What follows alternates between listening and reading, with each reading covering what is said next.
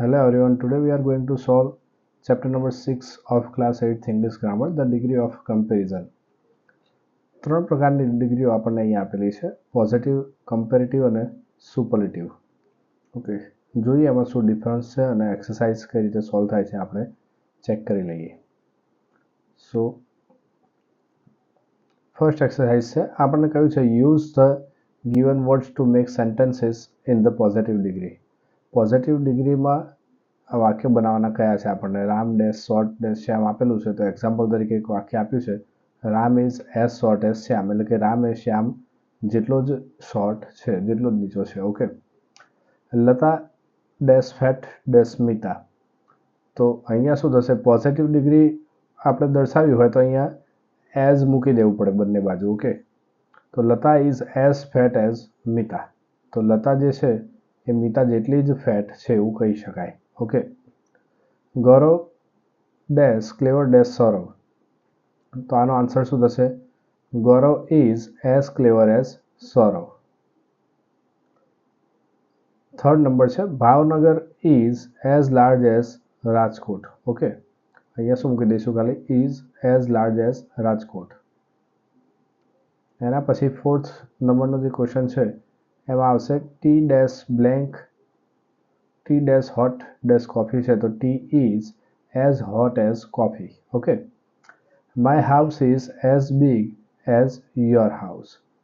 પછી છે my room is as clean as Ram's room. Okay, શું અહીંયા આપ્યું છે, માય રૂમ પછી ડેશ કરીને ક્લીન કહ્યું છે અને ડેશ કરીને રામ્સ રૂમ આપ્યું છે. તો અહીંયા આપણે શું લખીશું, my room is as clean as Ram's room. મારો રૂમ જે છે એ રામના રૂમ જેટલો જ ક્લીન છે. Okay, Vinay is as tall as Ajay. Vinay જે છે એ અજય જેટલો જ ટોલ છે. ઓકે, મહિમા is as thin as Rita. તો મહિમા જે છે એ રીટા જેટલી જ થીન છે એવું કહી શકાય આમાં. એના પછી છે Mohanbhai is as old as Kishorbhai. 10th નંબરનો આન્સર છે Amreli is as small as Mahuva. Okay, Amreli જે છે એ મહુવા જેટલું જ સ્મોલ છે. તો ખ્યાલ આવી ગયો તમને કે પોઝિટિવ ડિગ્રીમાં ઇક્વાલિટી રિપ્રેઝન્ટ થાય છે, એટલે કે સમાનતા દર્શાવાય છે. ઓકે, પહેલી વસ્તુ અથવા તો વ્યક્તિ બીજી વસ્તુ અથવા વ્યક્તિ જેટલું જ ઊંચું છે કે પાતળું છે કે નાનું છે કે કોઈ બી વસ્તુ દર્શાવી હોય તો ત્યાં પોઝિટિવ ડિગ્રીનો ઉપયોગ થાય છે. બંને વસ્તુઓ કે વ્યક્તિઓમાં સમાનતા દર્શાવવા માટે પોઝિટિવ ડિગ્રી વપરાય છે. ઓકે, એના પછી આપણને સેકન્ડ એક્સરસાઇઝ આપી છે કે use the given words to make sentences in the comparative degree. એટલે કે જે તુલના દર્શાવે છે જે ડિગ્રી એની અંદર આ વાક્યનો ઉપયોગ કરવાનો છે. હવે તુલના દર્શાવવા માટે ધેન જે શબ્દ છે ધેન એ ઉપયોગ કરવો ખૂબ જરૂરી છે અથવા તો એનો કીવર્ડ કહી શકાય. ઓકે, આપણને અહીંયા આપ્યું છે કે ધ મેંગો, જે એક્ઝામ્પલ છે એમાં આપ્યું છે ધ મેંગો પછી મેંગો ટ્રી ડેશ કરીને ટોલ અને ડેશ કરીને ધ બનાના ટ્રી. તો આપણે અહીંયા શું લખીશું, the mango tree is taller than the banana tree. That means શું થાય છે કે મેંગો ટ્રી જે છે એ બનાના ટ્રી કરતાં કેવું છે, ઊંચું છે વધારે. ઓકે, તો એ જ રીતે અહીંયા ફર્સ્ટ ક્વેશ્ચન છે, જોઈએ ક્વેશ્ચન સોલ્વ કરશું એટલે તમને આઈડિયા આવી જશે. My bag dash light dash your bag.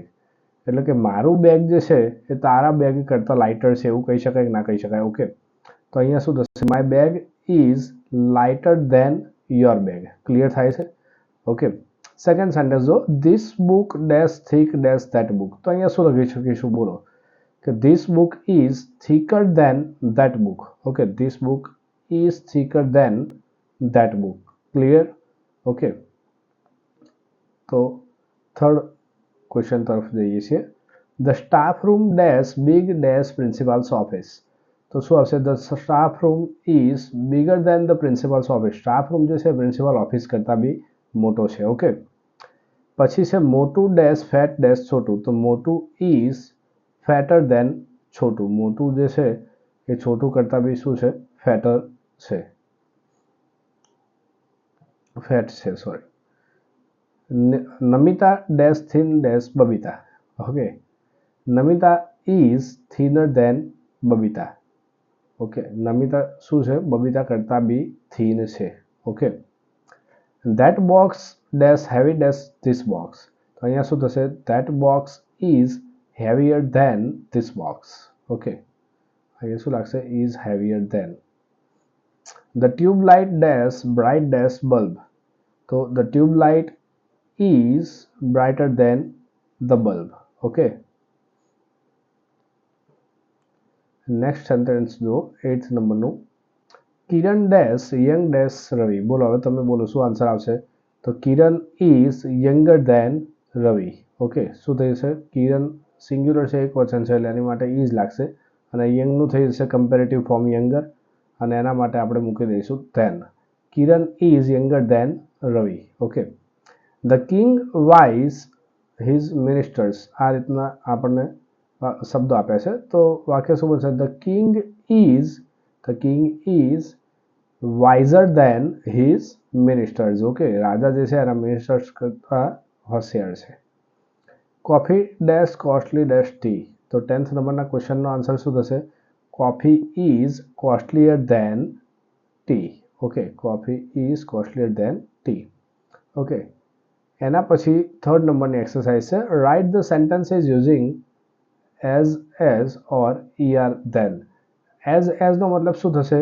કે પોઝિટિવ ડિગ્રીનો ઉપયોગ કરવાનો છે, અને ધેનનો મતલબ શું થશે? કે કમ્પેરેટિવ ડિગ્રીનો ઉપયોગ કરવાનો છે. ઓકે, તો આ બંને ડિગ્રીનો ઉપયોગ કરીને આપણે શું કરવાનું છે?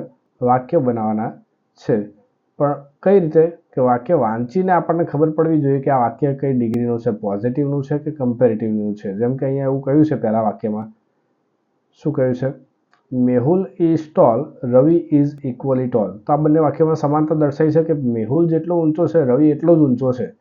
તો અહીંયા શું લખીશું આપણે? Mehul is as tall as Ravi. Okay, અને એ જ રીતે સેકન્ડ એક્ઝામ્પલ છે.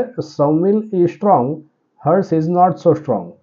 તો એનો મતલબ શું થશે? કે સૌમિલ જે છે એ સ્ટ્રોંગ છે, પણ હર્ષ એના જેટલો સ્ટ્રોંગ નથી. એટલે અહીંયા વધારે સ્ટ્રોંગ કોણ દર્શાવ્યું છે? સૌમિલ દર્શાવ્યો છે. તો એનો આન્સરમાં અહીંયા આપણે શું લખ્યું છે એક્ઝામ્પલમાં? કે Saumil is stronger than Harsh. Okay, તો શું થશે જોઈએ, ચલો એની એક્સરસાઇઝ સોલ્વ કરીએ આગળ આપણે.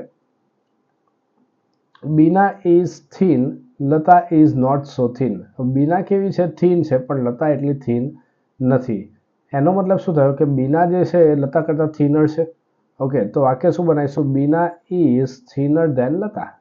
Clear? This house is big. Second question જો, ધીસ હાઉસ ઇઝ બિગ. આ ઘર કેવું છે? મોટું છે. અને that house is equally big.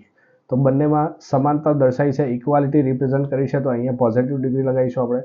તો શું આવશે? This house is as big as that house. Okay, this house is as big as that house. Okay, એના પછી છે સિલ્વર ઇઝ કોસ્ટલી. સિલ્વર કેવું છે? મોંઘું છે.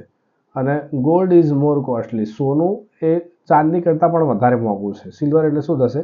ચાંદી, અને ગોલ્ડ એટલે સોનું. તો ગોલ્ડ જે છે એ ચાંદી કરતાં પણ વધારે મોંઘું છે. તો આપણે શું લખીશું અહીંયા? Silver is cheaper than gold. Okay, અને ગોલ્ડથી વાક્ય બનાવીશું તો શું કરીશું? કે ગોલ્ડ ઇઝ, બીજી આ રીતે લખી શકાય જો, gold is costlier than silver. Okay, આ બંને રીતે આ વાક્ય તમે લખી શકો છો, અને બંને રીતે સાચું જ ગણાય. ઓકે, એના પછી છે Rekha is beautiful and Madhuri is equally beautiful. તો અહીંયા સમાનતા દર્શાવી છે, તો વળી પાછી કઈ ડિગ્રી આવશે?